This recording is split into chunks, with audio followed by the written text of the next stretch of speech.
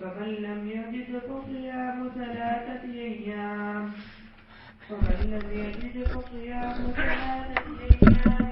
الحج وسبعة إذا رجعتم تلك عشرة كاملة ذلك لمن لم يكن أهله حاضر المسجد الحرام واتقوا الله واعلموا أن الله شديد العقاب. الحج أشهر معلومات فمن فرض فيهن الحج فلا رفث ولا فسوق ولا جدال في الحج وما تفعلوا من خير يعلمه الله وتزودوا فإن خير الزاد التقوى واتقون يا أولي الألباب. ليس عليكم جناح أن تبتغوا فضلا من ربكم فإذا أفضتم من عرفات فاذكروا الله عند المشعر الحرام واذكروه كما هداكم وإن كنتم من قبله لمن الضالين. ثم أفيضوا من حيث أفاض الناس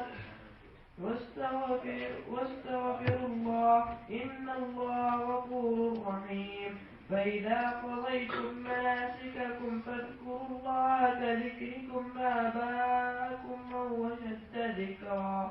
فمن الناس من يقول ربنا آتنا في الدنيا وما له في الآخرة من خلاق ومنهم من يقول ربنا آتنا في الدنيا حسنة وفي الآخرة حسنة وقنا عذاب النار. أولئك لهم نصيب مما كسبوا والله سريع الحساب.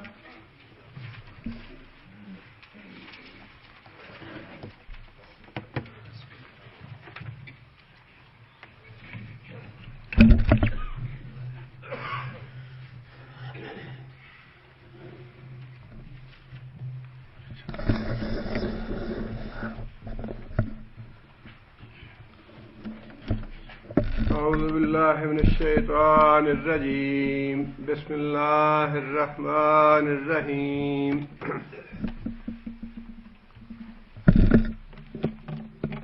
یسألونک عن الأہلہ کی آیت سے حج اور عمرے کے مسائل چل رہے ہیں اور یہاں بھی حج اور عمرے کے مسائل آگے اللہ تعالیٰ نے بیان فرمائے ہیں.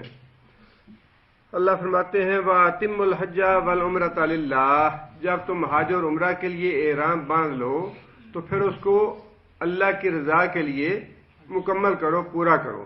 چونکہ آگے آیات ہیں یا احکام ہیں، اگر کوئی ایسی صورت پیدا ہو جائے جس میں احرام اتارنا پڑ جائے حج اور عمرہ ادا کرنے سے پہلے، اصولی طور پہ تو حج اور عمرہ ادا کرنے کے بعد احرام اتارنا چاہیے، لیکن اگر ان کی ادائیگی سے پہلے کوئی صورت ایسی بن جائے تو پھر کیا مسائل اور احکام ہوں گے، ان کا ذکر ہے اس میں. اللہ فرماتے ہیں 3 قسمیں اللہ تعالیٰ نے یا 3 صورتیں بتائیں.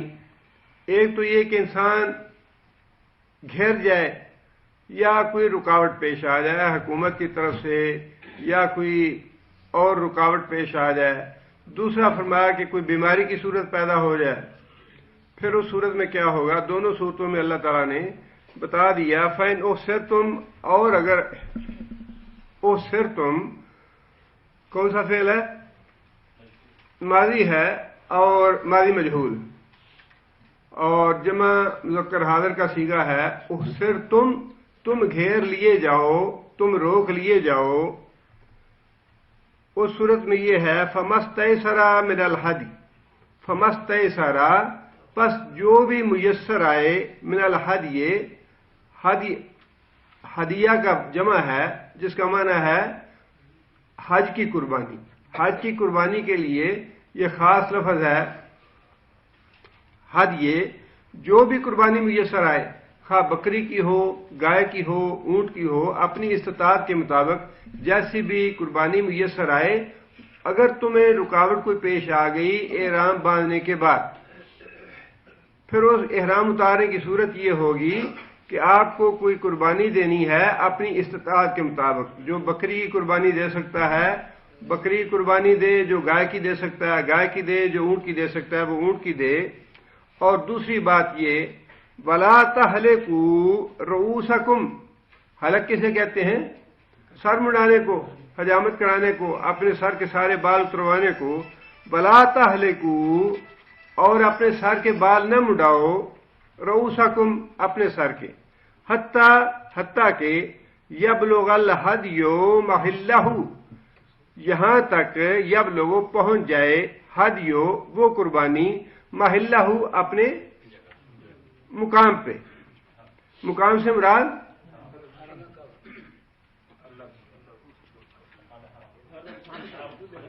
قربانی کی جگہ. قربانی کی جگہ کون سی ہے؟ قربانی کی جگہ ویسے تو حرم شریف ہے پورا. منا خاص طور پہ وہ جگہ ہے جہاں پہ قربانی ہائے لوگ کرتے ہیں، لیکن اس قربانی کی جگہ پورے کا پورا حرم ہے. مکہ میں بھی جائز ہے کرنی، منا میں بھی جائز ہے، پورے حرم میں کہیں بھی کی جا سکتی ہے. اور کیونکہ لفظ محلہ کا استعمال فرمایا اللہ نے کہ قربانی اپنے مقام پہ پہنچ جائے. اب ایسے لفظ جہاں استعمال ہوتے ہیں وہاں عامہ اکرام یا علماء فضلاء اپنے اپنے ذہن سے سوچ کے بات کہہ دیتے ہیں، اس میں اختلاف اسے نہیں کہا جا سکتا، بلکہ وہ مختلف تعبیریں ہوتی ہیں اور وہ ہر طریقے سے صحیح ہے. مثال کے طور پہ اس بارے میں امام ابو حنیفہ رحمۃ اللہ فرماتے ہیں کہ محلہ سے مراد صرف حرم ہی ہے، صرف یعنی منا اور مکہ یا پورا حرم جہاں کہیں بھی ہو. لیکن امام مالک کہتے ہیں کہ اگر مثال کے طور پہ یہ تو صورت میں ہوگا کہ جب آدمی کے لیے یہ ممکن ہے کہ اپنی قربانی بھیجنے کے لیے کوئی آدمی میسر ہو، یا مکہ میں کوئی آدمی موجود ہے، آدمی اسے پیغام بھیجتا ہے اچھا بھی میرے لیے قربانی کر دو. اس صورت میں جب یہ ممکن ہو کہ حرم میں قربانی آدمی پہنچا سکے، اور اگر ایسی صورت ہو کہ پہنچا ہی نہ سکے، کوئی جان پہچان کا آدمی نہیں ہے، کوئی ایسا آدمی اپنے پاس نہیں جو وہاں قربانی لے جا کے ذبح کر دے، تو پھر کیا کرے؟ امام مالک کہتے ہیں پھر جہاں پہ وہ روک دیا گیا وہی اس کا محل ہے. اب باتیں دونوں صحیح ہیں، اس لیے کہ اس صورت میں اور کوئی راستہ نہیں ہے، اس کے لیے ممکن نہیں کہ وہ حرم شریف میں اپنی قربانی پہنچا سکے. لہذا اگر حرم میں پہنچانی ممکن ہے تو حرم میں پہنچائے تو وہ اس کا محل بن گیا، اور اگر حرم میں پہنچانی ممکن نہ ہو تو جہاں پہ روک دیا گیا وہ اس کا محل بن جائے گا، وہاں پہ قربانی کر دے. مطلوب یہ ہے کہ قربانی کرے. لیکن اس طرح کے جو مسائل اور احکام میں علماء کرام نے یا ائمہ کرام نے مختلف فتویٰ دیا ہے، اس میں اختلاف کی بات نہیں ہے. یہ تو ایک اپنے ذہن کی سوچ کی بات ہے، اس سے جس طرح بھی انسان کا ذہن سوچ لے. بلکہ بعض اوقات دونوں صورتیں ہیں. وہ صورت اگر نہ بن سکے حرم میں بھیجنے والی تو اس کے علاوہ کوئی چارہ کار نہیں کہ انسان وہیں قربانی کرے. اس سے یہ بات بھی معلوم ہوتی ہے کہ جب تک اس صورت میں جب انسان روک دیا جائے راستے میں یا کوئی رکاوٹ پیش آ جائے تو اس صورت میں حکم یہی ہے، قرآن مجید کی آیت سے جو معلوم ہوتا ہے کہ جب تک قربانی ہو نہ جائے، جب تک احرام نہ اتارا جائے. فرمایا کہ لا تحلقوا، حلق نہ کراؤ. احرام اتارنے کے لیے حجامت کرانا ضروری ہے، اور اس کے لیے باقاعدہ منع فرما دیا گیا کہ جب تک قربانی محل پہ نہ پہنچ جائے، جب تک قربانی ذبح نہ ہو جائے. اس لیے اگر کوئی آدمی روک دیا گیا، کسی وجہ سے رک گیا، آگے نہیں جا سکتا، تو ایسے نہیں ہے کہ انسان نیت کر لے قربانی کی اور نیت ہوگی لہذا اب ہم ٹھیک ہے دے دیں گے، قربانی دے دیں گے، چلے احرام تو اتارے. ایسے نہیں ہے، بلکہ حکم یہ ہے کہ اس وقت تک تم سر بھی نہیں مڑا سکتے جب تک تمہاری قربانی کی اطلاع نہ تمہیں مل جائے کہ تمہاری قربانی ہو گئی. جب یہ اطلاع ملے تو پھر اپنا سر مڑاؤ، پھر احرام اتارو. آگے پھر اللہ فرماتے ہیں کہ ایک صورت اور ہے. ایک صورت تو ہے رکاوٹ کی، گھیر دیے گئے، کسی نے جانے سے منع کر دیا. دوسری صورت یہ ہے فمن کان منکم مریضا، پس جو کوئی تم میں سے ہو بیمار، او بہی عزم من راسہ، یا اس کے سر میں کوئی تکلیف ہو. سر میں تکلیف بھی بیماری ہے، لیکن اس کا الگ ذکر اس لیے کر دیا گیا کہ صحابی کے ساتھ یہ واقعہ پیش آیا تھا. وہ بھی بیماری ہے اور وہ بیماری میں شامل ہے کوئی بھی کسی قسم کی بیماری ہو، لیکن ذکر اس لیے الگ سے کیا کہ صحابی کو ایسا واقعہ پیش آیا، لہذا فرمایا کہ کوئی بیماری ہو جائے جس کی وجہ سے تم اب عمرہ ادا نہیں کر سکتے، جس وجہ سے اب حج ادا کرنا تمہارے لیے ممکن نہیں رہا۔ اللہ فرماتے ہیں کہ اس کی صورت یہ ہوگی ففدیۃ من صیام او صدقۃ او نسک۔ ففدیۃ اس کا بدلہ یہ ہے من صیام روزہ رکھے، او صدقۃ یا صدقہ کرے، او نسک یا قربانی کرے۔ اب یہ تین چیزیں اللہ تعالیٰ نے بتا دیں اس صورت میں جب بیماری کی کیفیت ہو جائے، روزہ رکھے، صدقہ خیرات کرے یا قربانی کرے۔ اب کتنا کرے یہ قرآن نے نہیں بتایا، یہ اللہ کے رسول نے بتایا ہے، اور وہ حکم بھی یا قانون ویسا ہی ہے جیسا قانون قرآن مجید کا ہے۔ یہاں اس بات کی وضاحت نہیں ہے کہ کتنے روزے رکھے اور کتنا صدقہ کرے یا کون سی قربانی کرے۔ اس کی وضاحت حدیث میں رسول اکرم صلی اللہ علیہ وسلم نے یہ بتائی کہ 3 دن کے روزے رکھے، یا 6 مسکینوں کو کھانا کھلائے، یا پھر ایک بکرا ذبح کرے۔ یہ اس کا فدیہ ہے۔ جو آدمی بیمار ہو جائے، بیماری کی وجہ سے نہیں اپنا حج ادا کر سکتا یا عمرہ ادا کر سکتا، تو احرام اتارنے سے پہلے ان میں سے کوئی چیزیں کرے اور پھر اپنا احرام اتار دے۔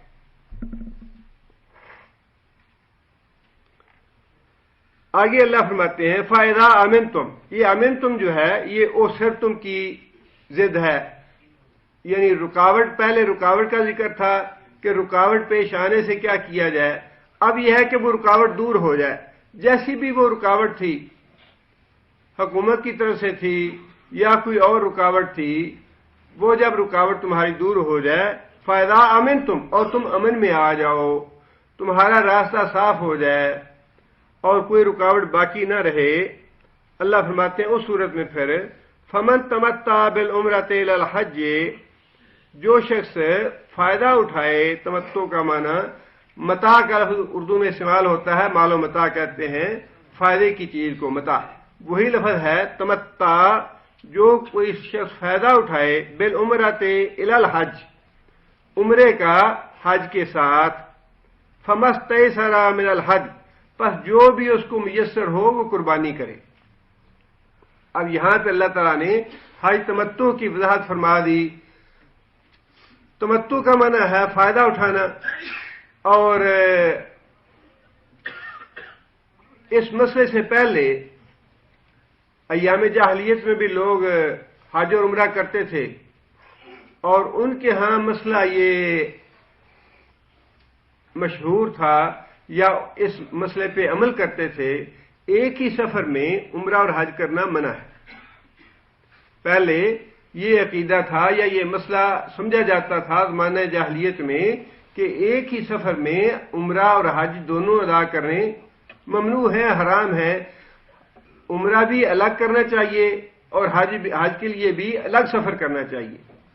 اب اللہ تعالیٰ نے یہ سہولت مہیا فرما دی کہ نہیں، وہ جو پرانا طریقہ تھا تمہارا وہ درست نہیں ہے، بلکہ ہم تمہیں اس بات کی سہولت دیتے ہیں کہ ایک ہی سفر میں 2 ثواب تم اکٹھے حاصل کر سکتے ہو، عمرہ بھی کر سکتے ہو اور اسی سفر میں اس کے ساتھ ہی حج بھی کر سکتے ہو۔ اور اللہ کے رسول صلی اللہ علیہ وسلم نے فرمایا کہ آج کے بعد حج اور عمرہ جو ہے وہ اس طرح ایک دوسرے کے ساتھ ملا دیے گئے۔ اب اس کے یہ بات کوئی نہ سمجھے کہ یہ گناہ کی بات ہے حج اور عمرہ ایک سفر میں کرنا، بلکہ یہ سہولت مہیا کر دی گئی تمہیں کہ ایک ہی سفر میں عمرہ اور حج دونوں کر سکتے ہو۔ اب تمتع کا بھی مفہوم ویسے تو فائدہ اٹھانا ہے، اور اس فائدہ اٹھانے کے بھی 2 تشریحیں کی گئی ہیں۔ ایک تو فائدہ، بعض لوگوں نے اس کا مفہوم یوں لیا ہے کہ ایک ہی سفر میں عمرہ بھی کیا اور حج بھی کیا، پیسے بھی بچے، تکلیف بھی بچی، وقت بھی بچا، یہ سارا فائدہ اٹھا لیا۔ بعض لوگوں نے اس کا مفہوم یوں لیا ہے حج تمتع کا کہ جب انسان احرام باندھتا ہے تو کچھ پابندیاں اس پہ لاگو ہو جاتی ہیں، اور جب احرام اتارتا ہے وہ پابندیاں ختم ہو جاتی ہیں۔ اور حج تمتع میں یہی ہوتا ہے کہ انسان پہلے عمرہ ادا کرتا ہے اور اس کے بعد انسان احرام اتار دیتا ہے، احرام کی پابندیوں سے انسان آزاد ہو کے غیر احرام کے فائدے جو ہے وہ حاصل کر لیتا ہے، اور پھر دوبارہ چند دنوں کے بعد حج کے لیے الگ سے احرام باندھتا ہے، اور درمیان کا جو وقفہ ہے اس نے احرام کی پابندیوں سے آزاد رہ کے فائدہ اٹھا لیا۔ یہ دو مفہوم ہیں جو الگ الگ ہیں، لیکن بہرحال معنی اس کا یہی ہے کہ انسان فائدہ اٹھاتا ہے دونوں اعتبار سے۔ ایک ہی سفر میں عمرہ اور حج کر کے وقت بھی بچاتا ہے، محنت بھی بچاتا ہے، پیسہ بھی بچاتا ہے، یہ فائدہ بھی ہے، اور احرام کی پابندیوں سے بھی انسان آزاد ہو کے فائدہ اٹھاتا ہے۔ دونوں طرح سے فائدہ ہے اس معاملے میں۔ اب یہ حج کی اقسام جو ہے، یہاں کے لوگ الحمدللہ چونکہ اکثر حج وغیرہ کرتے ہیں ان کو اس بات کا علم ہے، لیکن وضاحت کے لیے اور اختصار کے ساتھ یہ بتا دیتا ہوں کہ 3 قسمیں ہیں حج کی۔ ایک قسم تو حج افراد ہے۔ افراد کا معنی فرد کہتے ہیں واحد کو، تنہا کو، اکیلے کو، جس کا معنی یہ ہے کہ ایک سفر میں صرف حج ہی کرنا۔ حج افراد جو ہے اس کا معنی ہے کہ صرف حج ہی کرنا، اس کے ساتھ عمرے کو نہ ملانا۔ اس کی صورت یہ ہے کہ جب انسان میقات پہ جائے تو صرف حج کی نیت سے احرام باندھے، حج کی نیت سے احرام باندھ کے منار چلا جائے، اور منار سے مزدلفہ، پھر عرفات، اور پھر واپسی پہ مزدلفہ، اور پھر منار، سارے انسان ارکان ادا کرے حج کے، اور عمرہ اس میں ادا نہ کرے۔ اس صورت میں اگر انسان مکہ میں داخل ہو پہلے تو طواف قدوم کر سکتا ہے، لیکن اس کے ساتھ سعی نہیں ہوگی۔ طواف قدوم کرنے کے بعد انسان چلا جائے منار میں، اور اگر انسان مکہ میں داخل نہیں ہوتا تو طواف قدوم کی ضرورت بھی نہیں ہے، سیدھا انسان منار میں جا کے اپنے حج کے ارکان شروع کر لے۔ یہ تو حج افراد ہے جس میں صرف ایک اکیلا حج ہی کیا جاتا ہے، عمرے کو ساتھ نہیں ملایا جاتا۔ دوسری قسم ہے احرام کی، قران کی۔ قرن کا معنی ہے 2 چیزیں آپس میں ملی ہوئی۔ جانور کے جو سینگ ہوتے ہیں ان کو بھی قرن کہتے ہیں، اور اسی لیے کہتے ہیں کہ دونوں آپس میں ملے ہوتے ہیں۔ صدی کو بھی قرن کہتے ہیں، اور وہ بھی اس معنی میں کہتے ہیں کہ صدیاں آپس میں ایک دوسرے کے ساتھ ملی ہوتی ہیں۔ اور قران کو بھی اس لیے قران کہتے ہیں کہ اس میں حج اور عمرہ دونوں ملا لیے جاتے ہیں۔ اس صورت میں جب انسان میقات پہ جائے گا تو وہاں پہ احرام باندھے گا عمرہ اور حج دونوں کی نیت سے، کہ میں عمرہ اور حج دونوں اسی ایک احرام سے ہی کروں گا۔ جب وہ مکہ پہنچے گا تو پہلے عمرہ ادا کرے گا، لیکن حجامت نہیں کرائے گا، نہ ہی احرام اتارے گا، اس لیے کہ ان دونوں کو اکٹھے ادا کرنا ہے۔ عمرہ سعی ادا کرنے کے بعد انسان پھر منع چلا جائے گا، اور حج کے پورے ارکان ادا کر کے پھر انسان حجامت کرائے گا حج کے آخر پہ، اور پھر احرام اتارے گا۔ یہ حج قران ہو جائے گا جس میں دونوں چیزوں کو ملا لیا گیا، عمرے کو بھی اور حج کو بھی۔ اور تیسری صورت یہ ہے حج تمتع کی۔ حج تمتع میں یہ ہے کہ انسان میقات پہ جا کے صرف عمرے کی نیت سے احرام باندھے، اس لیے کہ حج کا تو ابھی آگے وقت آنا ہے، اور اس کے لیے اس نے الگ سے احرام باندھنا ہے۔ میقات سے صرف عمرے کا احرام باندھے گا، اور مکہ مکرمہ جا کے اپنا عمرہ ادا کر لے گا۔ عمرہ ادا کرنے کے بعد حجامت کرا کے اپنا احرام اتار دے گا۔ احرام اتارنے کے بعد جب ایام حج شروع ہوں گے 8 ذی الحج سے، تو پھر دوبارہ مکہ سے ہی احرام باندھے گا، اور اس وقت وہ نیت کرے گا حج کی، حج کی نیت سے احرام باندھے گا، اور پھر حج پورا ادا کرنے کے بعد اپنی حجامت کرا کے احرام اتارے گا۔ یہ 3 مختلف قسمیں ہیں احرام کی یا حج کی۔ حج افراد ہے، حج قران ہے، حج تمتع ہے۔ اور یہاں پہ اللہ تعالیٰ نے یہ بات ارشاد فرمائی کہ جو آدمی حج تمتع کرے، یعنی فائدہ اٹھائے اس بات کا کہ ایک ہی سفر میں عمرہ بھی ادا کرنا ہے اور حج بھی ادا کرنا ہے، اب اس پہ یہ لازم ہو گیا کہ جو فائدہ اس نے اٹھایا ہے اس فائدے کی خاطر اللہ کا شکر ادا کرے، اور شکرانے کے طور پہ کیا کرے؟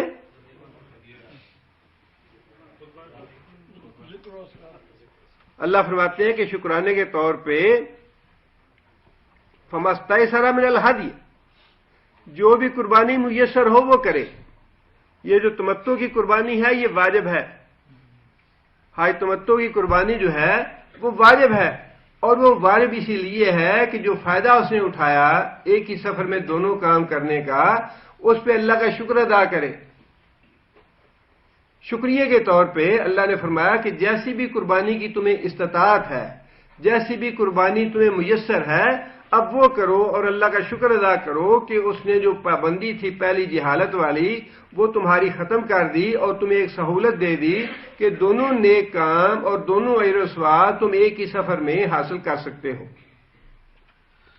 آگے پھر اللہ فرماتے ہیں کہ اگر ایک آدمی حج تمتع کرنا چاہتا ہے، دور دراز کا سفر کر کے آیا ہے اور وہ دونوں ثواب حاصل کرنا چاہتا ہے، عمرہ بھی حاصل کرنا، عمرے کا ثواب بھی، حج کا ثواب بھی، لیکن اس کے پاس استطاعت نہیں ہے قربانی کی، بکرے کی قربانی بھی نہیں کر سکتا، تو اللہ تعالیٰ نے اس صورت میں اس کا متبادل یہ بتایا، فمن لم یجد، پس جو شخص قربانی نہ پائے، قربانی کی استطاعت نہ رکھے، فصیام ثلاثۃ ایام فی الحج، فصیام پس روزے ہیں، ثلاثۃ ایام 3 دن کے، فی الحج حج کے دوران، 3 روزے حج کے دوران. حج کے دوران سے کیا مراد؟ یکم ذی الحج سے لے کر 9 ذی الحج تک، یہ جو 9 دن ہیں ان 9 دنوں میں وہ 3 روزے رکھ لے.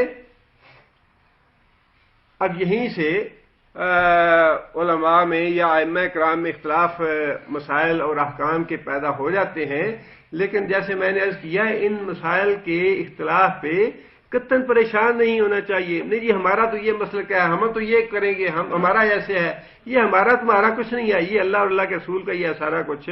لیکن سوچ میں اس حد تک فرق آ جانا یہ کوئی بڑی بات نہیں کہ اللہ نے فرما دیا قرآن مجید میں کہ ایام حج میں تم 3 روزے رکھ لو. اب ایام حج کہاں سے شروع ہوتے ہیں، کہاں تک ختم ہوتے ہیں؟ یکم ذی الحج سے لے کر کون سی تاریخ تک؟ 13 تک، 13 ذی الحج تک، یہ 13 دن ہیں. اچھا قربانی کا دن جو ہے یوم نحر، اس سے تو اللہ کے رسول نے ویسے فرما دیا کہ یہ روزہ نہیں رکھنا. یوم نحر جو ہے اس کا تو اللہ کے رسول نے فرما دیا کہ روزہ نہیں رکھنا. باقی 9 دن پہلے بچے اور 3 دن 11 12 13 ایام تشریق، یہ 3 دن اور ہو گئے. اب بعض ائمہ کا رجحان اس طرف گیا کہ جو ایام تشریق ہیں ان کے بارے میں رسول اللہ صلی اللہ علیہ وسلم نے فرمایا کہ یہ ایام تشریق کھانے پینے کے دن ہیں، ایام تشریق کھانے پینے کے دن ہیں. لہذا اللہ کے رسول نے جب یہ فرما دیا کھانے پینے کے دن ہیں تو لہذا روزہ نہ رکھو، اور بات تو بالکل صحیح ہے یہ بھی. لیکن دوسری طرف اللہ نے خود فرمایا کہ ایام حج میں 3 روزے رکھ لو، اور بات وہ بھی صحیح ہے کہ ایام حج میں ہی شامل ہے وہ ایام تشریق بھی. لہذا بعض ائمہ نے یہ کہا ہے کہ ایام تشریق میں روزے بندہ نہ رکھے، اللہ کے رسول نے فرمایا یہ کھانے پینے کے دن ہیں. بعض ائمہ نے کہا کہ یہ ایام حج میں شامل ہیں یہ دن بھی، لہذا اگر ایک آدمی نے پہلے دنوں میں 2 روزے رکھے ہیں، 1 روزہ باقی رہ گیا ہے تو ایام تشریق میں رکھ لے وہ. لہذا مطلوب یہی ہے کہ یکم ذی الحج سے لے کر 10 ذی الحج کا دن چھوڑ کے باقی دنوں میں انسان 3 روزے رکھے. اور پھر آگے یہ بات ارشاد فرمائی بسبعۃ، اور 7 روزے اذا رجعتم، جب تم واپس پلٹ جاؤ. کہاں پلٹ جاؤ؟ اب یہ چھوٹی چھوٹی باتیں ہیں جن میں اختلاف ہیں اور وہ اختلاف بڑے معمولی ہیں، اور ان میں بالکل قطعاً عام آدمیوں کو تو پریشان ہونے کی ضرورت نہیں ہے. علماء اپنی جگہ پہ بات کرتے رہیں. رجا تم سے مراد یہ بھی ہے جب مکہ واپس آ جاؤ. اب ایک آدمی پاکستان سے، ہندوستان سے، دور دراز سے آیا ہے، اسے اب جا کے بھی مکہ میں 10-15 دن رہنے ہیں، 20 دن رہنا ہے، مہینہ رہنا ہے. اب وہ انتظار نہ کرے کہ ضرور پاکستان جا کے ہی 7 روزے رکھے، مکے میں رکھ لے. اور اگر ایک آدمی کہتا ہے مکے میں مجھے تو بڑی دقت ہو رہی ہے، بیمار ہو گیا ہوں یا مجھے ہمت نہیں رہی، اب میں پاکستان جا کے رکھوں گا، تو رجا تم وہ پاکستان میں جا کے رکھ لے. دونوں ہی گنجائش موجود ہے. مکہ میں جو جا کے رکھنا چاہتا ہے وہ مکہ میں رکھ لے، ایک آدمی کی استطاعت توفیق نہیں ہے یا بیمار ہو گیا یا اسے طبیعت نہیں چاہ رہی تو اپنے گھر جب واپس پہنچے رجا تم وہاں جا کے 7 روزے رکھ لے. لہذا دونوں چیزیں سے مراد ہے. مطلوب یہ ہے کہ جو آدمی حج تمتع میں قربانی نہ کر سکے اسے اس کے بدلے میں کیا کرنا چاہیے؟ 10 روزے رکھنے چاہیے. 3 روزے حج کے دوران اور 7 روزے جب واپس چلا جائے اپنے ٹھکانے پہ. اور اگر کوئی آدمی حج کے دنوں میں بیمار ہو گیا، اتنا بیمار ہو گیا کہ روزہ نہیں رکھ سکتا، تو پھر کیا کرے؟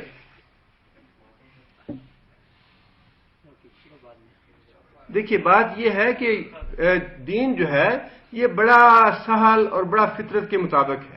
جب انسان کی استطاعت ختم ہو گئی، انسان بے بس ہو گیا، بے اختیار ہو گیا، نیت تو ہے اس کی کہ جو حکم اللہ نے دیا ہے میں نے ویسے کرنا ہے، لیکن ایک آدمی بے بس ہو گیا، معاملہ اس کے اختیار میں نہیں رہا، پھر اس سے شریعت کے حکم نرم ہو جاتے ہیں.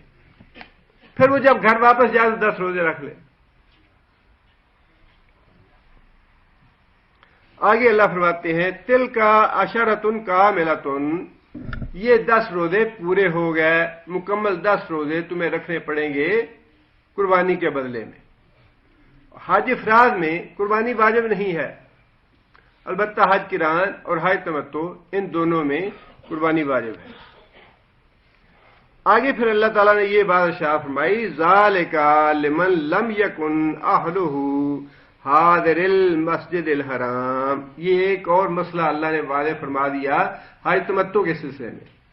ذالک کا اشارہ ہے کس بات کی طرف؟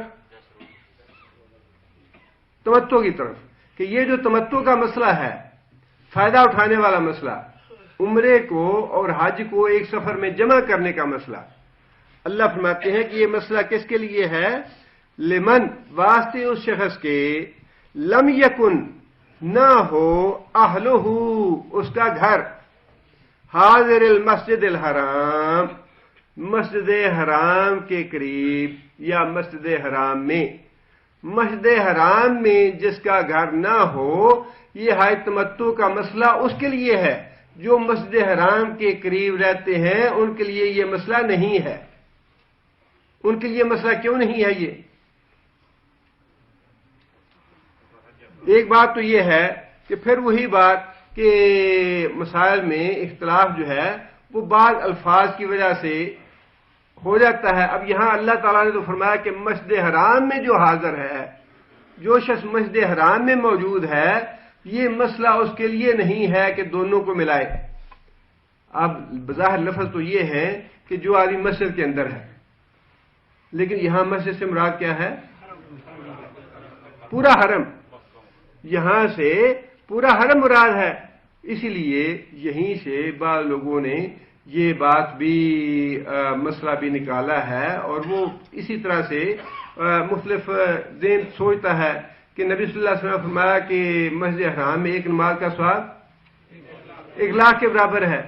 اب یہیں سے بعض علماء نے کہ چونکہ مسجد حرام کا لفظ جو ہے یہاں پورے حرم کے لیے استعمال ہوا ہے، یہاں مسجد حرام کا لفظ جو ہے پورے حرم کے لیے استعمال ہوا ہے، لہذا بعض علماء کا یہ کہنا ہے کہ پورے حرم میں جتنی بھی مساجد ہیں ان سب میں نماز پڑھنے کا ثواب 1,00,000 ہے. اور اس بات اس آیت سے یہ بات بالکل صحیح ثابت ہوتی ہے. لیکن بعض نے اس کو جیسے نبی صلی اللہ علیہ وسلم کے الفاظ تھے ویسے ہی لیا ہے کہ نہیں، نبی صلی اللہ علیہ وسلم نے مسجد حرام کا لفظ خاص مسجد کے لیے استعمال فرمایا، لہذا یہ لفظ مسجد کے لیے. دونوں باتیں صحیح ہیں. ایک بات تو یہ ہوئی کہ یہاں پہ اللہ تعالیٰ نے مسجد حرام کا لفظ استعمال فرمایا اور وہ حرم کے لیے ہے. بعض علماء نے اس کو حرم سے بھی تھوڑا وسیع کر دیا ہے. ان کا موقف یہ ہے کہ مسجد حرام کا لفظ جو ہے یہ میقات کے لیے ہے. اب دیکھیے کتنی وسعت آ گئی اس معاملے میں، اور اس کا جو سبب ہے اس کو وسعت دینے کا وہ کیا ہے؟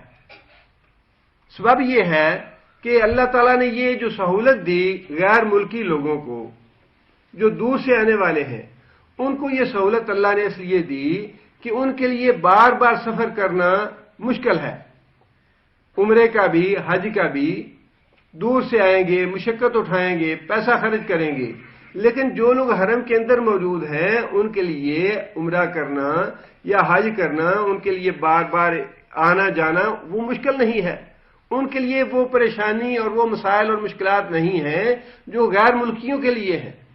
لہذا جو مقامی باشندے ہیں، خواہ وہ میقات کے اندر ان کو سمجھ لیا جائے یا حرم کے اندر سمجھ لیا جائے، جو مقامی باشندے ہیں انہیں اللہ تعالیٰ نے فرمایا کہ تمہیں یہ اکٹھا کرنے کی ضرورت نہیں ہے، اس لیے کہ تم تو کبھی بھی عمرہ بھی کر سکتے ہو، حج بھی کر سکتے ہو، لیکن جو لوگ باہر سے آتے ہیں، باہر سے سفر کر کے آنا پھر جانا، ان کے لیے مسائل اور مشکلات زیادہ ہیں، لہذا یہ سہولت ہم ان کو دے رہے ہیں جو دور سے سفر کر کے آئیں گے۔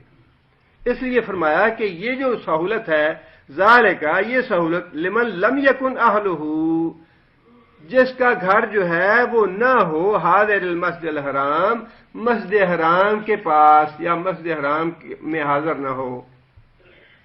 آگے فرمایا واتقوا اللہ، یہ جو حج اور عمرے کے مسائل ہیں، ویسے تو سارے کے سارے مسائل جتنے بھی ہیں شریعت کے، بار بار فرمایا تلک حدود اللہ، یہ ساری اللہ کی قائم کی ہوئی حدیں ہیں، ان سے تجاوز نہ کرو، جو تجاوز کرے گا اپنے آپ پہ ظلم کرے گا۔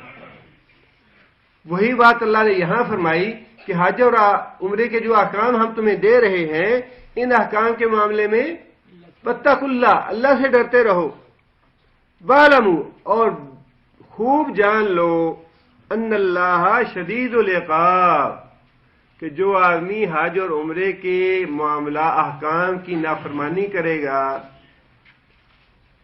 اللہ سخت سزا دینے والا ہے، جس کا مطلب یہ ہے کہ حج اور عمرہ ادا کرنے کی نیت سے جب انسان جاتا ہے تو اس کو کوئی ریکریشن یا تفریح سمجھ کے نہ جائے، یہ عبادت ہے، بالکل ویسی ہی عبادت ہے جیسی نماز عبادت ہے، رکن ہے اسلام کا،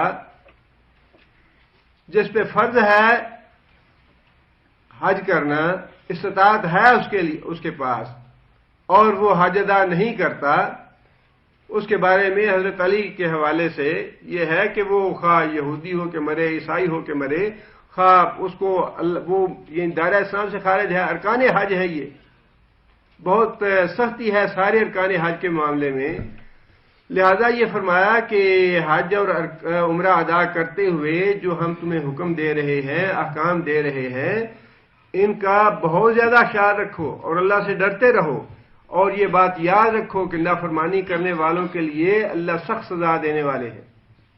آگے اللہ فرماتے ہیں کہ حاجی کے بارے میں الحج اشہر معلومات، الحج حج کے اشہر مہینے معلومات، معلوم ہیں، مقرر ہیں، جانے پہچانے ہیں۔ کون سے مہینے ہیں حج کے؟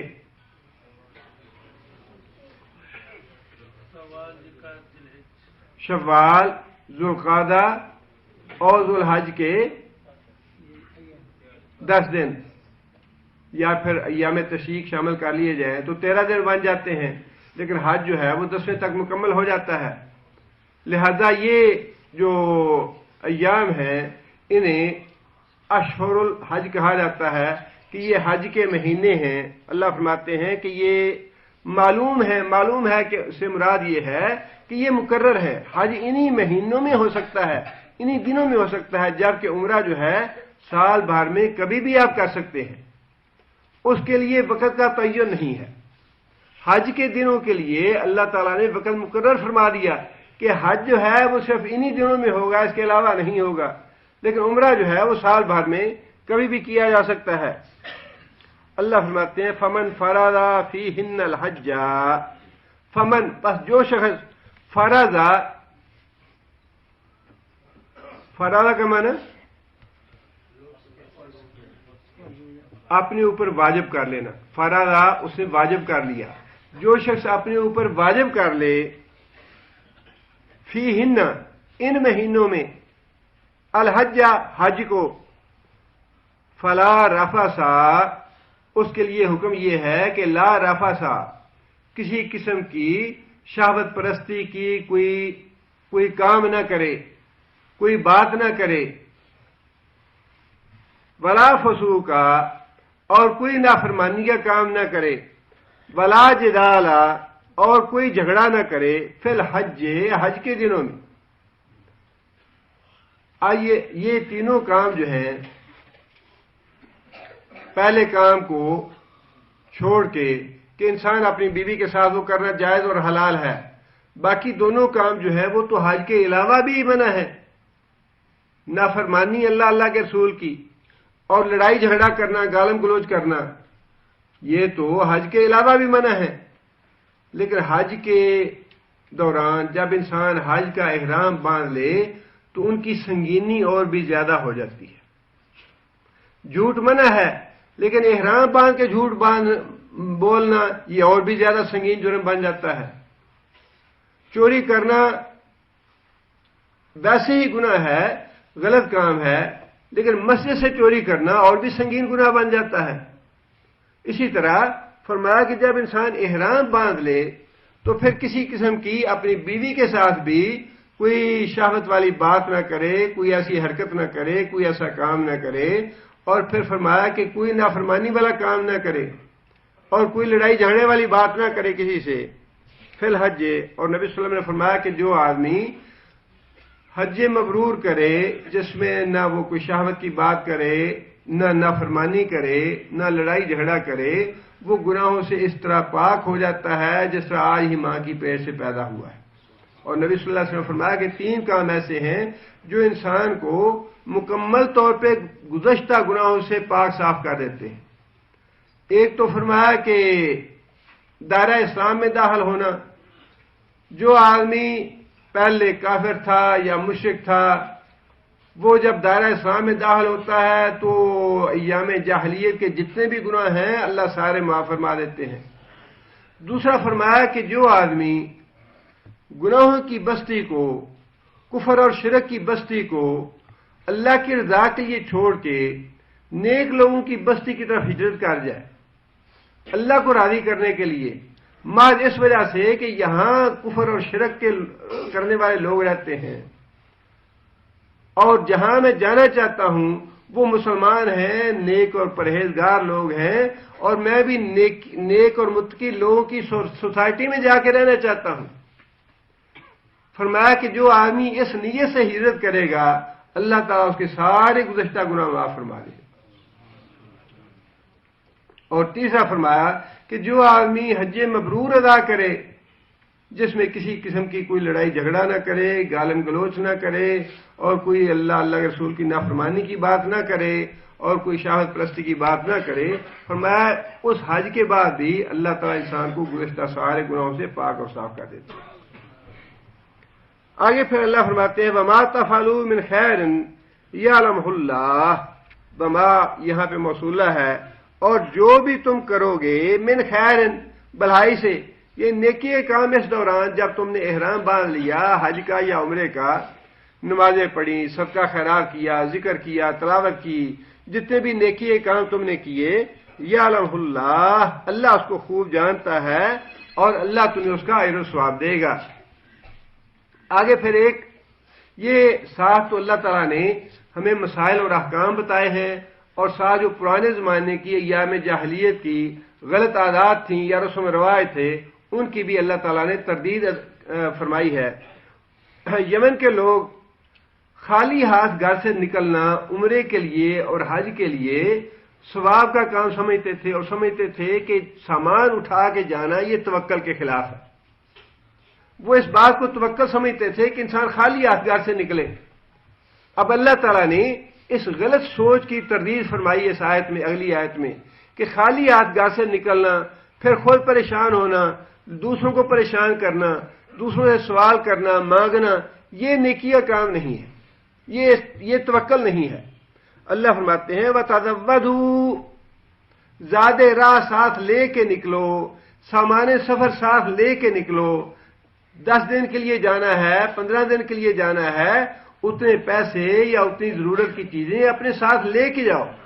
یہ نہ سوچو کہ ہم دوسروں سے مانگ لیں گے، بلکہ یہ سوچ کے نکلو کہ اگر کسی کو ضرورت پڑ گئی تو میں اسے اپنے پاس سے دوں گا، تو تمہارے پاس زاد راست زیادہ ہونا چاہیے تاکہ تم دوسروں کی حاجت پوری کرنے والے بنو، دوسروں سے مانگنے والے اور سوال کرنے والے بن کے نہ جاؤ۔ بتزودوا، سامان سفر جو ہے وہ گھر سے لے کے جاؤ۔ فإن، پس بے شک، خیر الزاد التقوی، بہترین سامان سفر کیا ہے؟ تقوی کا معنی بچنا، تقوی کا معنی بچنا سوال کرنے سے، کیونکہ اس کے سیاق و سباق میں یہی معنی بہتر بنتے ہیں کہ سوال کرنے سے بچو، سوال کرنے سے بچنا عمرے اور حج کے سفر میں یہ بہترین زاد راہ ہے۔ اتنا سامان اپنے گھر سے لے کے نکلو عمرے اور حج کے لیے کہ تمہیں کسی سے کچھ مانگنا نہ پڑے، کسی دوسرے سے سوال نہ کرنا پڑے۔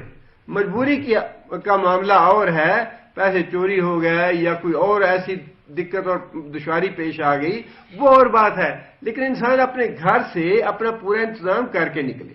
یہ توکل نہیں ہے کہ انسان خالی ہاتھ جائے اور یہ سمجھے نہیں جی آپ پہ اللہ مہیا کر دے گا، یہ بات نہیں ہے، اور توکل اس کا نام بھی نہیں ہے۔ توکل نام اس بات کا ہے اسباب کی حد تک، اسباب کی حد تک انسان پورا انتظام کرے۔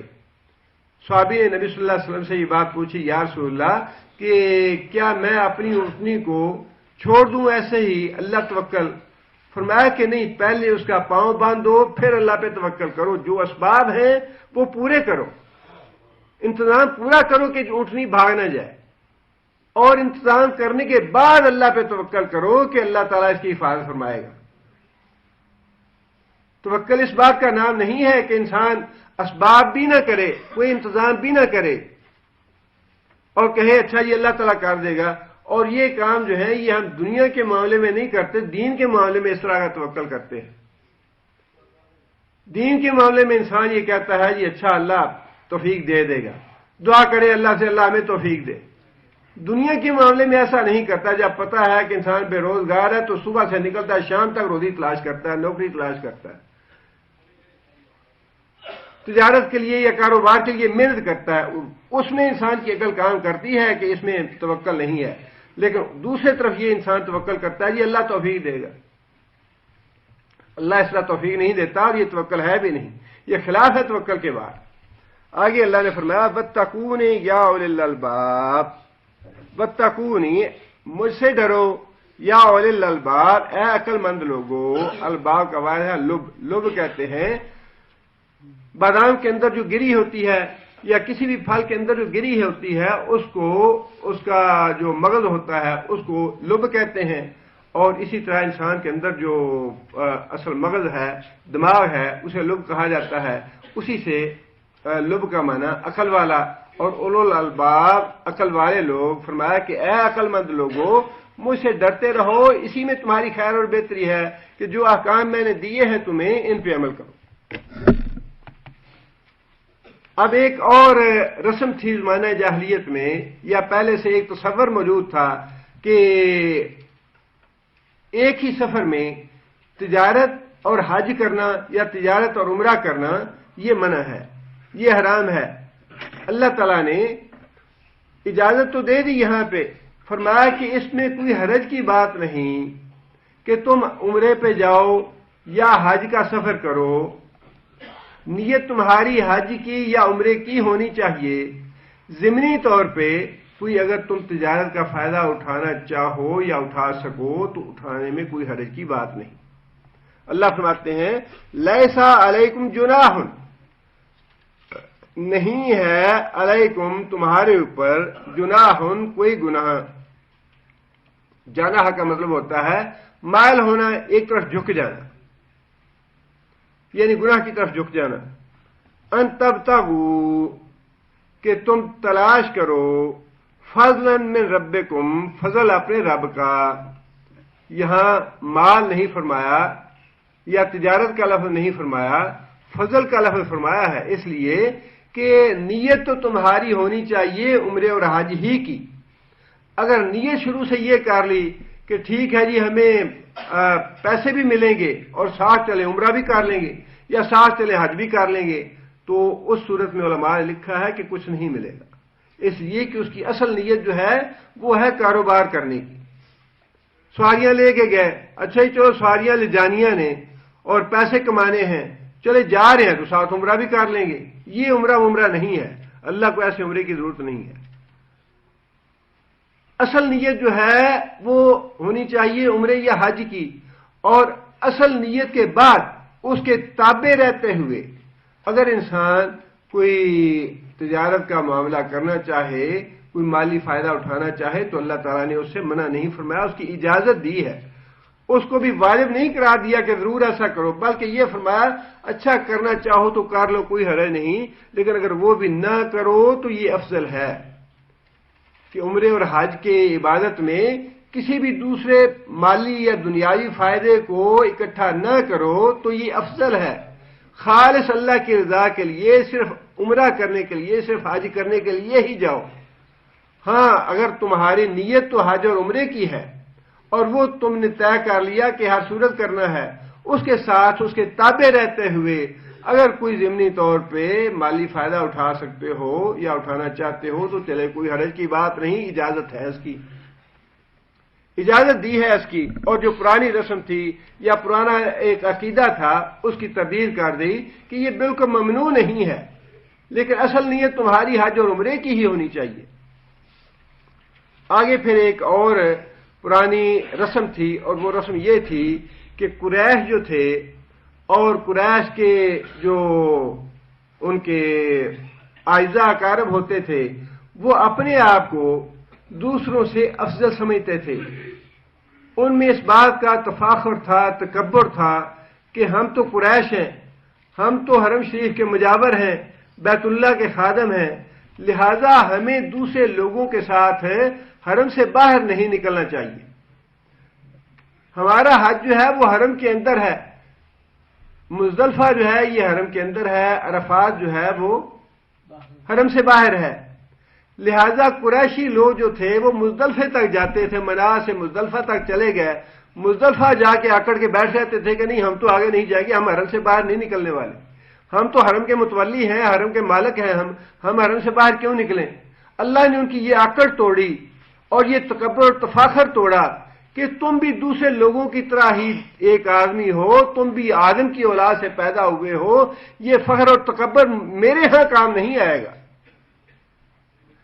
اگر عمرہ حج کرنا ہے تو جہاں تک عام دوسرے غیر قریشی جاتے ہیں عرفات تک تمہیں بھی جانا پڑے گا، جہاں سے دوسرے لوگ واپس آتے ہیں وہاں تک جاؤ تم بھی. اور قریشیوں کی آکڑ کا معاملہ یہاں تک تھا کہ جب رسول اللہ صلی اللہ علیہ وسلم کے ساتھ حج کے لیے گئے وہ، تو بعض قریشیوں کے ذہن میں یہ بات تھی کہ نبی صلی اللہ علیہ وسلم اب عرفات مزدلفہ تک ہی رہیں گے، مزدلفہ سے آگے نہیں جائیں گے. یعنی ہماری جو بد رسم ہے اور جو ہم نے اپنا تفاخر اور تکبر اور بڑائی اپنی لوگوں پہ قائم رکھی ہوئی ہے، اسلام بھی شاید اسی کو قائم دائم رکھے گا. وہ اس انتظار میں تھے کہ نبی صلی اللہ علیہ وسلم مزدلفہ میں رک جائیں گے، لیکن جب انہوں نے یہ دیکھا کہ رسول اکرم صلی اللہ علیہ وسلم مزدلفہ سے آگے عرفات تک چلے گئے تو پھر ان کا وہ جو پرانا تکبر تھا وہ ختم ہو گیا کہ نہیں جی ہم تو قریشی ہیں، ہم آگے نہیں جائیں گے. اور یہ جو اتنا اونچا دروازہ لگایا ہوا یہ بھی اپنی آکڑ کی وجہ سے ہے نا کہ جس کو ہم چاہیں گے داخل ہونے دیں گے، جس کو چاہیں گے نہیں داخل ہونے دیں گے. بیت اللہ شریف کا دروازہ اتنا اونچا تو نہیں تھا، دروازہ تو عام مکانوں کی طرح تھا، لیکن قریشیوں نے اونچا اس لیے بنا دیا کہ ہماری چودراہٹ قائم رہے. اور یہ چودراہٹ جو ہے یہ بڑا غرق کرتی ہے ہر جگہ. یہی چودراہٹ ابو جہل کی تھی کہ ہم اس کی بات مان لیں تو اس کا مطلب یہ ہے کہ ہم تو اس کے تابع ہو گئے، ہم اس کے غلام ہو گئے، ہم اس کے پیروکار ہو گئے اور ہماری چودراہٹ تو ختم ہو گئی. اللہ تعالیٰ نے یہ جو پرانی رسم تھی قریشیوں کی اس کو اللہ تعالیٰ نے نبی صلی اللہ علیہ وسلم نے عمل کر کے توڑ دیا، اور اللہ تعالیٰ نے خود قرآن مجید میں اس کا حکم بھی دے دیا. فرمایا فَإِذَا أَفَضْتُم مِّنْ عَرَفَاتٍ فَاذْكُرُوا اللَّهَ عِندَ الْمَشْعَرِ الْحَرَامِ. فَإِذَا أَفَضْتُم مِّنْ عَرَفَاتٍ، عرفات تک جاؤ اور جب عرفات سے واپس پلٹو. افضتم کا معنی فیض کا معنی ہوتا ہے کسی چیز کا بہنا، پانی کا بہت زیادہ بہنا، اور اسی سے لفظ ہے افضتم کا مطلب یہ ہے کہ جب تم واپس آؤ پلٹو من عرفات، عرفات سے مطلب یہ ہے کہ عرفات تک تمہیں جانا پڑے گا، مزدلفہ سے نہیں پلٹنا بلکہ عرفات سے پلٹنا ہے. منا سے عرفات جاؤ اور وہاں سے پلٹو، اور جب وہاں سے پلٹو فاذکروا اللہ عند المشعر الحرام، تو پھر مشعر حرام کے ساتھ ٹھہرو آ کے۔ منا سے جا کے مشعر حرام میں نہیں ٹھہرنا، بلکہ منا میں جاؤ سیدھے عرفات، جس طرح عام دوسرے لوگ جاتے ہیں ان کے ساتھ تم بھی عرفات میں جاؤ، اور جب عرفات تک پہنچ جاؤ تو وہاں سے واپس پلٹو، اور واپس پلٹنے کے بعد مشعر الحرام کے پاس ٹھہر کے اللہ کو یاد کرو۔ مشعر الحرام سے مراد مزدلفہ ہے۔ مشعر وہ جو مزدلفہ کی پہاڑی ہے اسے ہی مشعر الحرام کا نام دیا گیا ہے، اور جس طرح ان صفا والمروہ من شعائر اللہ، یہ دونوں پہاڑیاں جس طرح اللہ کے شعائر میں سے ہیں، اسی طرح مزدلفہ کی یہ پہاڑی بھی اللہ کے شعائر میں سے، اللہ تعالیٰ نے اس کو بھی اپنی نشانی قرار دیا۔ نشانی کس بات کی؟ عبادت کی، کہ یہاں بھی عبادت کی جائے۔ اللہ تعالیٰ کی جو نشانیاں ہیں ان سے مطلوب ہی یہ ہے کہ اللہ تعالیٰ کی عبادت وہاں پہ کی جائے۔ صفا پہ بھی کھڑے ہو کے دعائیں مانگو، عبادت کرو، ساج کرنی ہے، وہاں پہ بھی، مروہ پہ بھی یہی معاملہ ہے، یہ عبادت کے لیے نشانیاں ہیں۔ اسی طرح فرمایا کہ مشعر الحرام مزدلفہ کی جو پہاڑی ہے یہ نشانی ہے عبادت کے لیے، لہذا عند المشعر الحرام، مشعر الحرام کے پاس وہاں جگہ مل جائے پہاڑی کے ساتھ تو وہ افضل ہے، لیکن اگر پہاڑی کے پاس جگہ نہ مل سکے، میسر نہ آئے، تو پورا مزدلفہ جو ہے وہ مشعر الحرام بن جاتا ہے۔ جس طرح مسجد کے اندر جب جگہ ختم ہو جائے تو باہر کی جگہ اپنے آپ مسجد کے حکم میں آ جاتی ہے، مسجد کے اندر جب جگہ نہ رہے تو باہر کی سڑکیں اور باہر کے میدان جو ہیں اپنے آپ مسجد کے حکم میں آ جاتے ہیں۔ اور یہی معاملہ منا کا ہے کہ منا جب واقعی بھر جائے، اس کے اندر جگہ باقی نہ رہے، تو منا کا باہر کا میدان جو ہے وہ پھر اپنے آپ منا میں شمار ہو جائے گا۔ اس لیے مشعر الحرام کے پاس اگر جگہ ملے تو بہت اچھا ہے، لیکن اگر پاس جگہ نہ مل سکے تو پورے مزدلفہ میں جہاں کہیں بھی جگہ ملے وہاں پہ اللہ فرماتے ہیں کہ فاذکروا اللہ، اللہ کا ذکر کرو۔ آگے اللہ نے فرمایا کہ وَاذْكُرُوهُ كَمَا هَدَاكُمْ، وَاذْكُرُوهُ، اور اس کو یاد کرو اللہ کو، کما جس طرح ہدا اس نے ہدایت دی، اس نے رہنمائی کی، کم تمہاری، کس نے رہنمائی کی؟ اللہ نے۔ اللہ نے کس طرح رہنمائی کی ہے؟ فرمایا کہ مزدلفہ میں پہنچو تو مغرب کی نماز کو مؤخر کرو، مغرب کی نماز کو مؤخر کرو، اور عشاء کی نماز کے ساتھ ملا کے پڑھو، اور قصر کر کے پڑھو، اور قصر کر کے پڑھو، کما ہداکم، جس طرح اللہ نے ہدایت دی ہے۔ اور ہم کیا کہتے ہیں؟ یہ معاملہ بڑا نازک ہے، جو باتیں اللہ نے قرآن میں ارشاد فرما دی ہیں ان کی خلاف ورزی کرنی تو پھر وہی بات ہے جو اللہ نے پہلے فرما دی۔ ان اللہ شدید العقاب، حج اور عمرے کے جو احکام ہیں ان میں میری باتیں مانو، میری باتیں نہیں مانو گے تو یاد رکھو کہ بڑا سخت سزا دوں گا۔ اللہ کو یاد کرو کما ہداکم، جس طرح اس نے ہدایت دی۔ اور کتنے ہمارے بھائی ہیں نہیں جی نہیں، قصر کیا کرنی ہے، پوری نماز پڑھنی ہے۔ وہاں عرفات میں بھی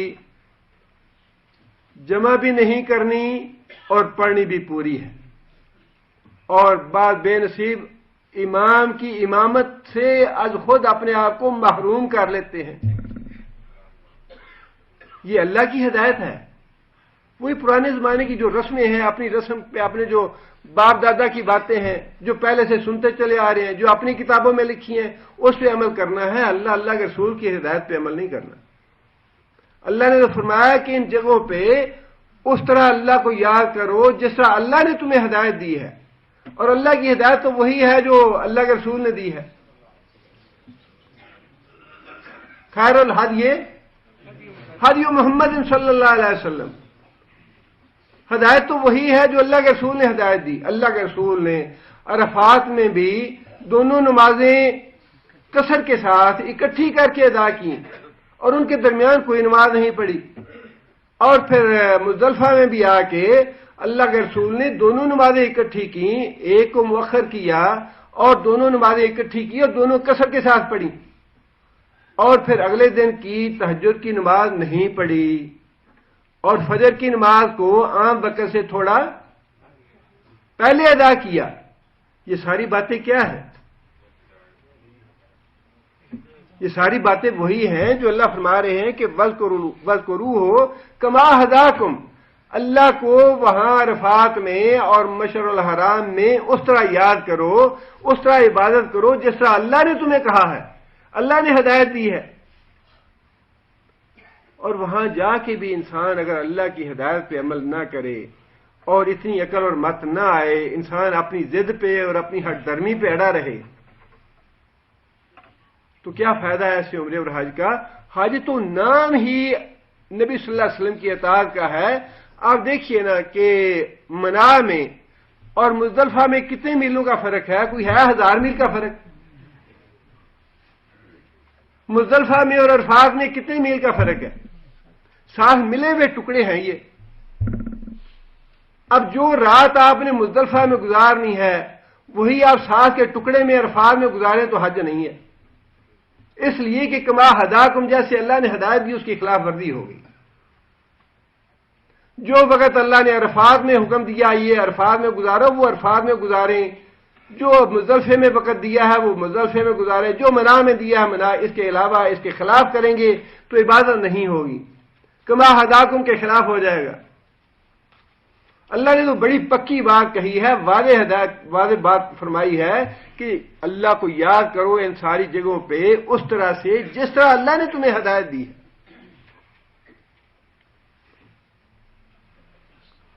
آگے فرمایا کہ وَإِن كُنتُم مِّن قَبْلِهِ لَمِنَ الضَّالِّينَ، وَإِن كُنتُم، اور تھے، من قبلہ، اس سے پہلے، کس سے پہلے؟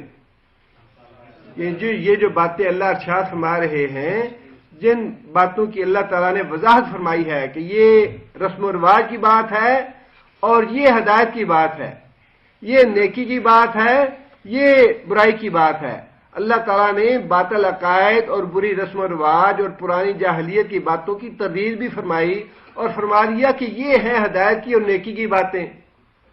اس سے پہلے تم واقعی ناواقف تھے ان چیزوں سے، ناآشنا تھے، اللہ نے تمہیں یہ ساری باتیں بتا دی ہیں، لہذا اب تمہیں اس کے مطابق عمل کرنا چاہیے۔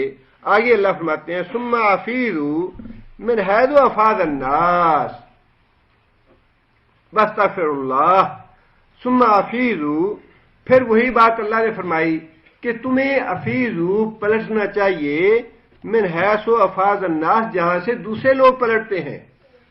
مراد یہ ہے کہ عرفات تک جانا چاہیے تمہیں، جہاں سے، جس عرفات کے میدان سے دوسرے عام لوگ ہو کے آتے ہیں، قریشیوں کو اور دوسرے جو بڑے بڑے سردار ہیں جو اسلام لے آئے ہیں، ان پہ بھی اب یہ واجب ہے کہ عام لوگوں کے ساتھ نکلو، تم بھی وہاں تک جاؤ، کوئی یتیم ہے، مسکین ہے، غریب ہے، رعایا ہے، محکوم ہے، مجبور ہے، جو بھی ہے، اب سارے احرام پہن کے ایک برابر ہو گئے، مساوی ہو گئے، سارے ایک جیسے ہیں، سب کو یہ عبادت کے طریقے ایک طرح پہ بجا لانے پڑیں گے۔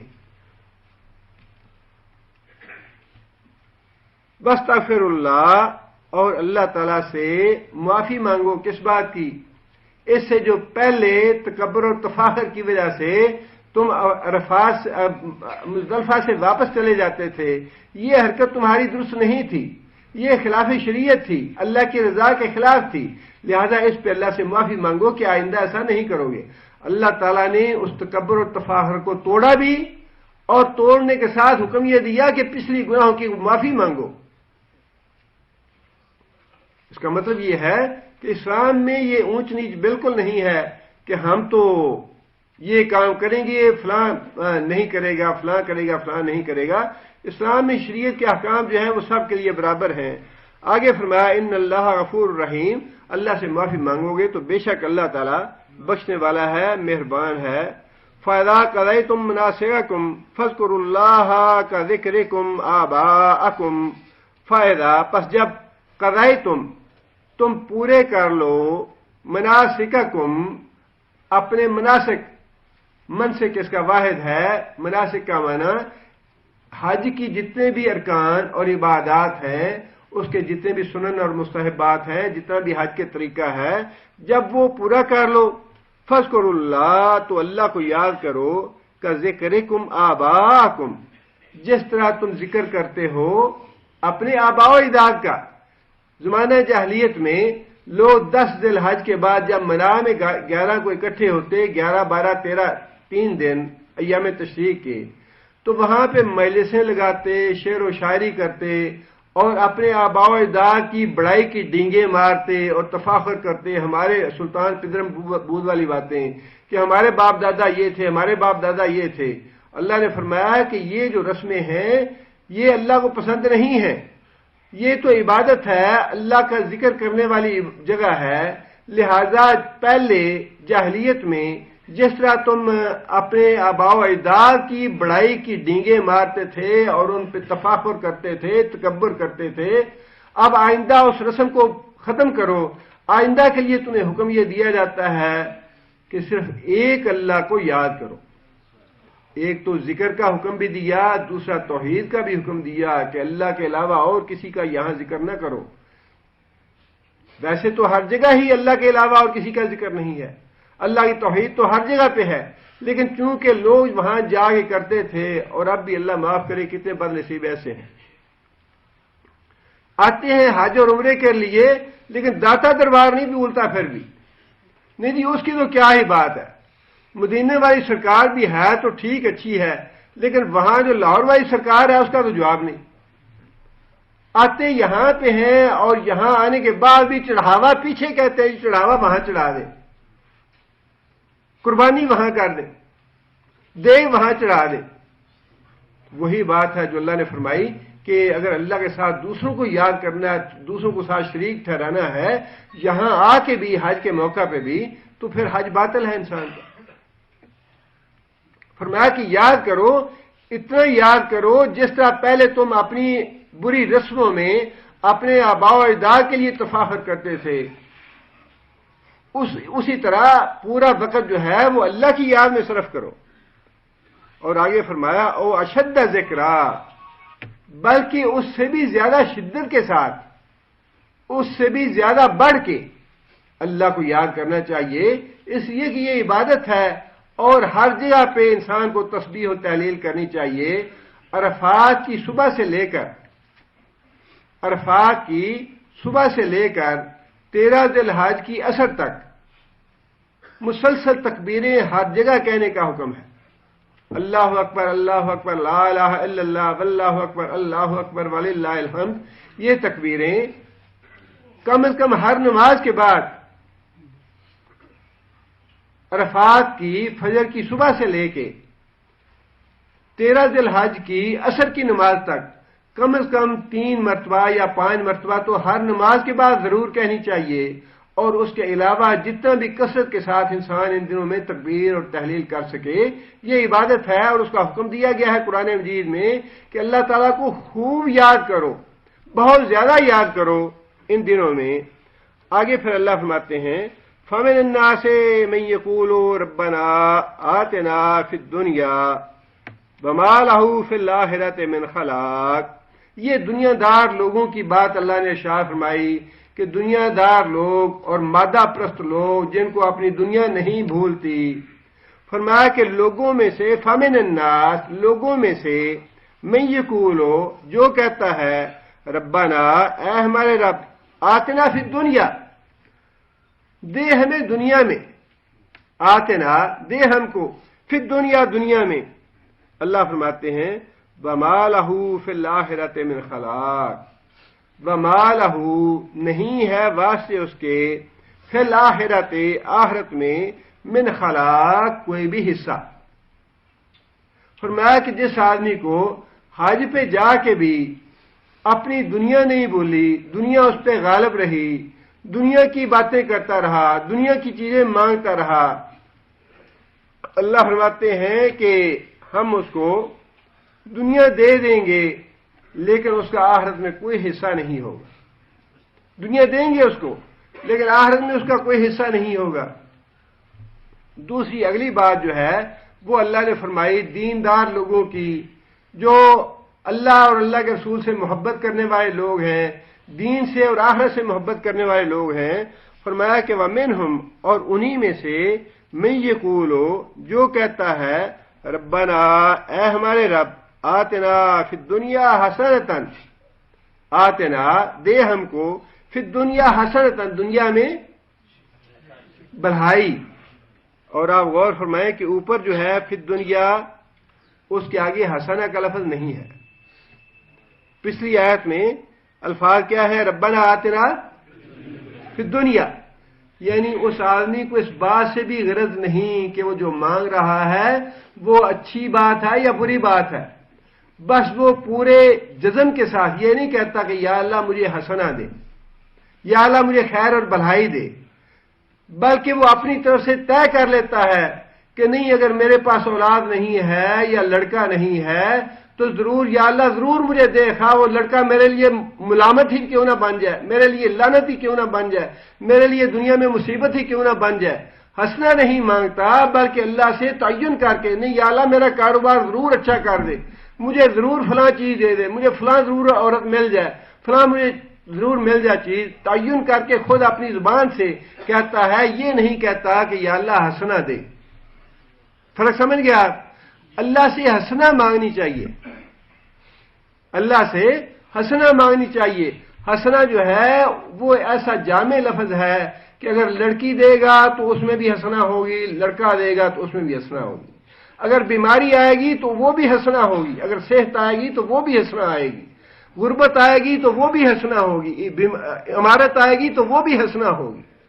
اللہ تعالیٰ سے ہنسنا کی دعا مانگنی چاہیے، اللہ تعالیٰ سے کوئی متعین کر کے بات جو ہے وہ نہیں مانگنی چاہیے، اس لیے کہ انسان کو کچھ پتہ نہیں کہ جس بات میں وہ اپنی بڑائی سمجھ رہا ہے، جس بات میں وہ اپنی خیر سمجھ رہا ہے، ممکن ہے اللہ کے نزدیک اس میں بھلائی نہ ہو بلکہ اس کی برائی ہے۔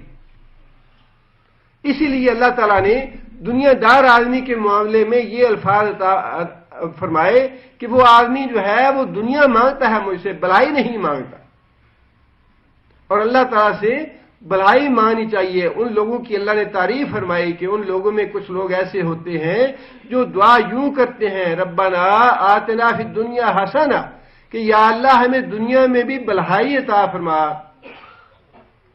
اور فرمایا کہ آگے پھر کہتے ہیں کہ وفی الآخرۃ حسنہ، اور یا اللہ ہمیں آخرت میں بھی بھلائی عطا فرما، وقنا عذاب النار، اور آگ کے عذاب سے ہمیں بچا لے۔ یہ دعا بڑی جامع دعا ہے، حسنہ کے الفاظ اس میں اللہ تعالیٰ نے استعمال فرمائے۔ نبی صلی اللہ علیہ وسلم ایک صحابی کی تیمارداری کرنے کے لیے تشریف لے گئے، اور نبی صلی اللہ علیہ وسلم نے دیکھا کہ وہ آدمی تو سوکھ کے کانٹا ہو گیا بیماری سے۔ نبی صلی اللہ علیہ وسلم کو تعجب ہوا، نبی صلی اللہ علیہ وسلم نے اس سے پوچھا کہ تم نے کوئی دعا تو نہیں مانگی یا کوئی بات تو نہیں کہی؟ کہا یا اللہ، یا رسول اللہ، میں نے اللہ تعالیٰ سے یہ دعا کی تھی کہ یا اللہ تو نے جو سزا مجھے دینی ہے دنیا میں دے لے، آخرت میں مجھے کوئی سزا نہ دینا۔ نبی صلی اللہ علیہ وسلم نے فرمایا کہ سبحان اللہ، کون آدمی ہے جو اللہ کی سزا اس دنیا میں بھگت سکے یا برداشت کر سکے؟ تم نے یہ کیوں نہ کہا ربنا آتنا فی الدنیا حسنۃ وفی الآخرۃ حسنۃ وقنا عذاب النار؟ تم نے اللہ سے حسنہ کیوں نہ مانگا؟ حسنہ آئے گا تو تمہاری بیماری بھی حسنہ بن کے آئے گی، اتنی جتنی تم برداشت کر سکو، تمہارے لیے آزمائش بن کے نہیں آئے گی، تمہارے لیے گناہوں کا کفارہ بن کے آئے گی۔ یہ دعا تو اللہ سے مانگنی نہیں چاہیے، آزمائش کو دعوت نہیں دینی چاہیے، اللہ کی پناہ مانگنی چاہیے مصائب سے، آلام سے۔ اور پھر حج کے دوران بھی خاص طور پہ نبی صلی اللہ علیہ وسلم نے طواف کے دوران نبی صلی اللہ علیہ وسلم مسلسل دعائیں مانگتے تھے، لیکن باقی طواف میں کوئی دعا نبی صلی اللہ علیہ وسلم سے کسی بھی صحابی نے بتائی نہیں، سوائے رکن یمانی اور حجر اسود کے درمیان والی جگہ پہ نبی صلی اللہ، اس کا مطلب یہ ہے کہ اس جگہ پہ نبی صلی اللہ علیہ وسلم نے اونچی آواز میں یہ دعا مانگی جو صحابہ نے سنی، اور صحابہ نے آگے پھر بتائی امت کو کہ نبی صلی اللہ علیہ وسلم نے اس جگہ پہ یہ دعا مانگی تھی، ربنا آتنا فی الدنیا حسنۃ وفی الآخرۃ حسنۃ وقنا عذاب النار۔ باقی سارے طواف میں بھی دعائیں تو مانگی، لیکن اس کا مطلب یہ ہے کہ باقی طواف میں نبی صلی اللہ علیہ وسلم نے آہستہ سے دعائیں مانگی جو صحابہ نہیں سن سکے اور بتائی نہیں امت کو. لیکن اس دوران یا اس جگہ پہ رکن یمانی سے لے کر حجر اسود تک نبی صلی اللہ علیہ وسلم نے یہی دعا مانگی جو صحابہ نے سنی اور آگے بتائی. بڑی جامع دعا ہے. اور اس میں ایک بات تو یہ ہے کہ دنیا مانگنا، صرف دنیا مانگنا، یہ تو بہت ہی مذموم ہے اور منع ہے بالکل دنیا مانگنا. اللہ نے فرمایا کہ دے دوں گا میں اس کو، لیکن آخرت میں اس کا کوئی حصہ نہیں ہوگا. اور دوسری بات جو اس آیت سے معلوم ہوتی ہے وہ یہ ہے کہ دنیا مانگنا اللہ سے یہ مذموم نہیں ہے. جو جامع دعا ہے اس میں بھی پہلے تو اللہ نے دنیا کی حسنہ کا فرمایا کہ یا اللہ دنیا کی حسنہ بھی دے ہمیں، دنیا کی حسنہ کے بغیر بھی گزارا نہیں ہے. اگر کوئی انسان یہ کہے جی ہمیں دنیا تو نہیں چاہیے، ہم تو صرف آخرت چاہتے ہیں، تو شریعت نے اس سے بھی منع کیا ہے.